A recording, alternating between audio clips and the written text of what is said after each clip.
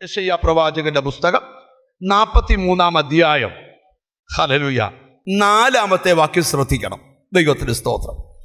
നീ എനിക്ക് വിലയേറിയവനും മാന്യനുമായി ഞാൻ നിന്നെ സ്നേഹിച്ചിരിക്കയാൽ ഞാൻ നിനക്ക് പകരം മനുഷ്യനെയും നിന്റെ ജീവന് പകരം ജാതികളെയും കൊടുക്കുന്നു. ദൈവം ഒരു മനുഷ്യനോട് പറയുക, ഒരു വിലയില്ലാത്ത നിന്നെ വിലയേറിയവനായി ദൈവം കണ്ടു. എന്തുവാ?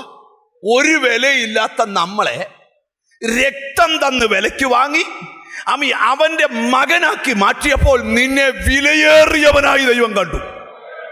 ഒരു നല്ല ഹല്ലേലൂയ പറഞ്ഞാട്ട്. ഞാൻ ഇച്ചിരുടെ ഗഹനമായി ദൂതിലോട്ടൊന്ന് പോകട്ടെ. ദൈവത്തിന് സ്തോത്രം. അടുത്തിരിക്കുന്ന ആളൊന്ന് തൊട്ട് വെച്ചാൽ നീ ദൈവത്തിന് ഒത്തിരി വിലയേറിയതാന്ന് പറ. ഇച്ചിരി അഭിമാനം കൊള്ളുന്നൊരു ഭാഗത്തോട്ടാണ് വരാൻ പോകുന്നത്. എടാ, നാട്ടുകാർ പറയുന്നത് നിന്നെ കൊള്ളത്തില്ലെന്ന്. മൊത്തം ഉടായിപ്പാന്നാ പറയുന്നത്. പക്ഷെ ദൈവം പറയുന്നേ, നീ എനിക്ക് വിലയേറിയവനാ. ഒരാമി ഇന്ന് പൈശാചിക തലങ്ങൾ നിന്നെക്കുറിച്ചുള്ള ദൈവത്തിന്റെ പദ്ധതി അറിഞ്ഞ് അത്ഭുതപ്പെടാൻ പോവുക. ഒരാമയും പറഞ്ഞു തുടങ്ങണം. നിനക്ക് പോലും നിന്റെ മേൽ കിടക്കുന്ന പദ്ധതി അറിയത്തില്ല. നീ ദൈവത്തിന്. ഈ ഫിലിപ്പിയ സഭയോട് പൗലോസ് പറയുമ്പോഴേ, ഒരുത്തൻ മറ്റവനെ തന്നേക്കാൾ ശ്രേഷ്ഠൻ എന്ന് എണ്ണണം. അതിന് കാര്യം എന്താ? ഈ മനുഷ്യന്റെ ഒരു കുഴപ്പമുണ്ട്. ചിലരെയൊക്കെ വില കുറച്ച് കാണും. എന്തോ വില? പുള്ളി വലിയ സംഭവമാണ്. കർത്താവിന്റെ വിലയേറിയ മകൻ. അത് ഈ വചനം അറിയാവുന്ന അങ്ങനെ പറയുന്നു. വചനം അറിയാം. ഒരു വിശ്വാസം, അവന്റെ വിശ്വാസം. വിലയറിയാമെന്നും പറയും. ഇവൾ ദൈവത്തിന്റെ വിലപ്പെട്ട മകളാണ്. ഇവൻ ദൈവത്തിന് ഒത്തിരി വിലയേറിയതാണ്. ഇന്ന് അഭിമാനം കൊള്ളണം. മറ്റൊരാളെ ശ്രേഷ്ഠനെന്ന് എണ്ണാൻ കഴിയണമെങ്കിൽ വിലയില്ലാത്ത നിനക്ക് വിലയുണ്ടാക്കിയത് യേശുവാണ്. മനസ്സിലായി വരുന്നുണ്ടോ? നിന്റെ വില ഇന്നൊന്ന് തിരിച്ചറിഞ്ഞു വെച്ചാൽ പോകാവൂ. ഹല്ലേലൂയ. ശ്രദ്ധിച്ച് കേൾക്കണം. ഹല്ലേലൂയ. യെശയ്യാവിലെ വാക്യം ശ്രദ്ധിക്കൂ. നീ എനിക്ക് വിലയേറിയവനും, നീ എനിക്ക് വിലയേറിയവനും മാന്യനുമായി. ആര്? നീ ദൈവത്തിന് ഒത്തിരി വിലയേറിയതാ. മനസ്സിലായി വരുന്നുള്ളൂ. ചോദ്യം, വിലയേറിയ രക്തം തന്ന്, വിലയേറിയ അടിസ്ഥാനം തന്ന്, വിലയേറിയ വാക്തത്വം തന്ന്, വിലയേറിയ വിശ്വാസം തന്ന് നിന്നെ നിർത്തിയിരിക്കുന്നതിന് പിമ്പിലെ രഹസ്യം ദൈവത്തിന് നീ വിലയേറിയവനാ. ഹല്ലേലൂയ.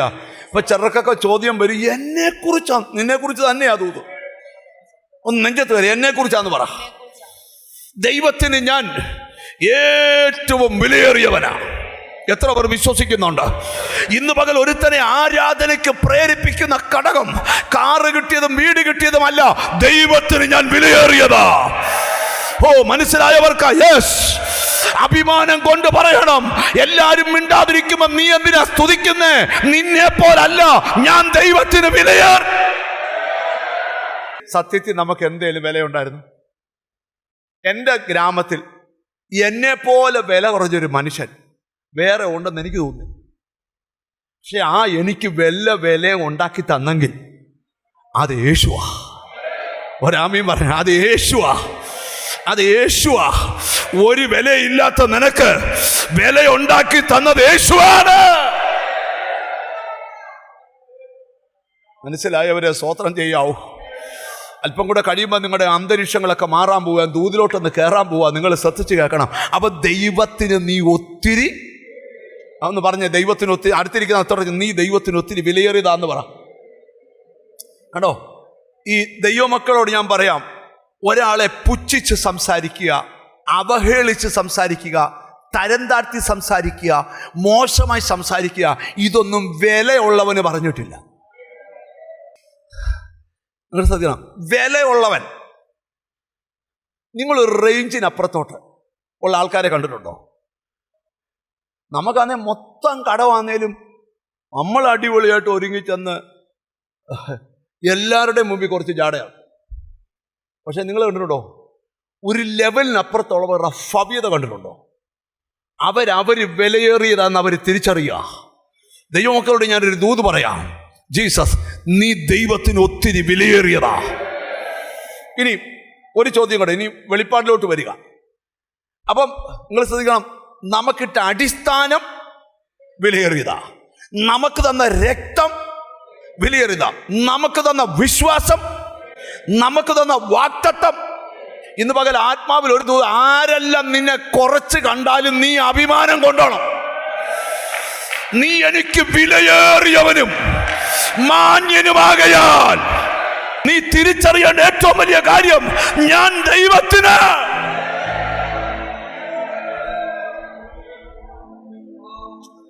ഈ ദൈവം ഒരു ആടെ പറയാൻ നടക്കാം. മോശ എന്നാ പുള്ളിയുടെ പേര്.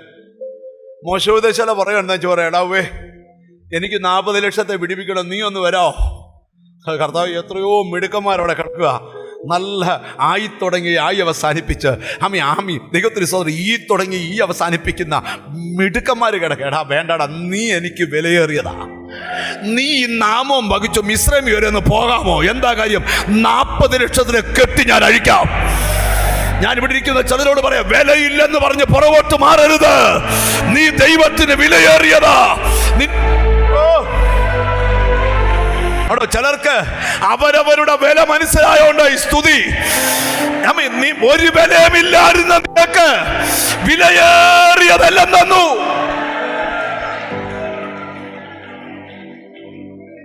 അപ്പൊ ചോദ്യേ, ഇനി ദൂതിലോട്ട് വരിക. ചോദ്യം,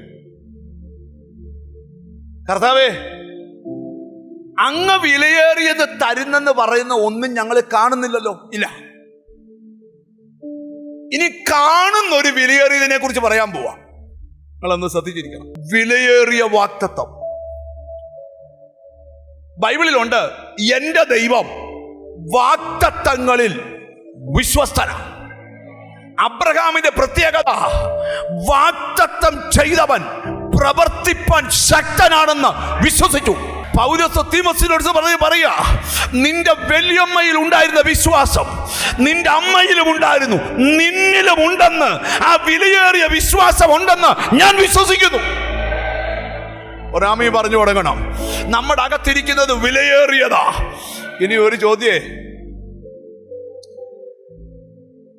ഒരു വിലയില്ലാത്ത നമുക്ക് ഈ വിലയേറിയതൊക്കെ തന്ന് കർത്താവ് വിളിച്ചതേ, കർത്താവിന് മുമ്പിൽ നിനക്ക് ഭയങ്കര വിലയാ.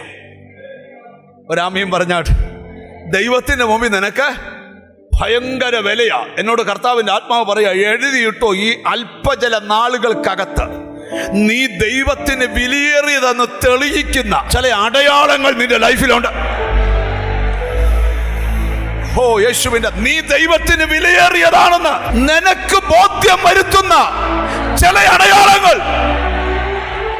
അപ്പം വിലയേറിയ രക്തം തന്ന് വിലയ്ക്ക് വാങ്ങിച്ച്, വിലയേറിയ അടിസ്ഥാനം തന്നതിന്റെ മുകളിൽ പണിത്, വിലയേറിയ വിശ്വാസവും വിലയേറിയ വാഗ്ദത്തവും തരാൻ കാരണം നീ വിലയേറിയവനായോണ്ട. ഇനി ആ വിലയേറിയവന്റെ പ്രത്യേകത കൂടെ ഞാൻ പറയാം. മത്തായി എഴുതിയ സുവിശേഷം 13-ാം അധ്യായം 45-46 വാക്യങ്ങൾ. ഹല്ലേലൂയ. മത്തായി സുവിശേഷം 13-ാം അധ്യായം 45-46 വാക്യങ്ങൾ. പിന്നെയും സ്വർഗരാജ്യം നല്ല മുത്ത് അന്വേഷിക്കുന്ന ഒരു വ്യാപാരിയോട് സദൃശ്യം. അവൻ വിലയേറിയ ഒരു മുത്ത് കണ്ടെത്തിയാറെ, ചെന്ന് തനിക്കുള്ളതൊക്കെ വിറ്റ് അത് വാങ്ങി. ഇനി വിലയേറിയ നിനക്ക് തരാൻ പോകുന്ന, വില മതിക്കാൻ കഴിയാത്ത ഒന്നാണ് സ്വർഗരാജ്യം. ഒരാമയും വരുന്നില്ല. ഓ ഹല്ലേലൂയ. ഒരു ചോദ്യം, ഒരു വിലയില്ലായിരുന്ന നിനക്ക് വിലയേറിയ രക്തം തന്ന് വീണ്ടെടുത്ത്, വിലയേറിയ അടിസ്ഥാനത്തിന്മേൽ നിർത്തി, വിലയേറിയ വിശ്വാസവും വിലയേറിയ വാഗ്ദത്തവും തന്ന് നീ വിലയേറിയവനാന്ന് പറഞ്ഞ് നിർത്തിയിരിക്കുന്ന എന്തിനാ? വിലയേറിയ രാജ്യത്തിന് അവകാശിയാക്കാനാ. ഒരാമയും വരുന്നില്ല. ഇവിടുത്തേതൊന്നുമല്ല വലുത്, വിലയേറിയത് വരുന്നു. ഇവിടെ നിനക്ക് എന്തെല്ലാം ഉണ്ടെങ്കിലും അതൊന്നും നിന്റെ അകത്ത് കയറരുത്. നിന്റെ അകത്ത് കയറണം. വിലമതിക്കാൻ കഴിയാത്തതൊന്ന് എനിക്ക് വേണ്ടി വരുന്നുണ്ട്. അതാണ് സ്വർഗരാജ്യം.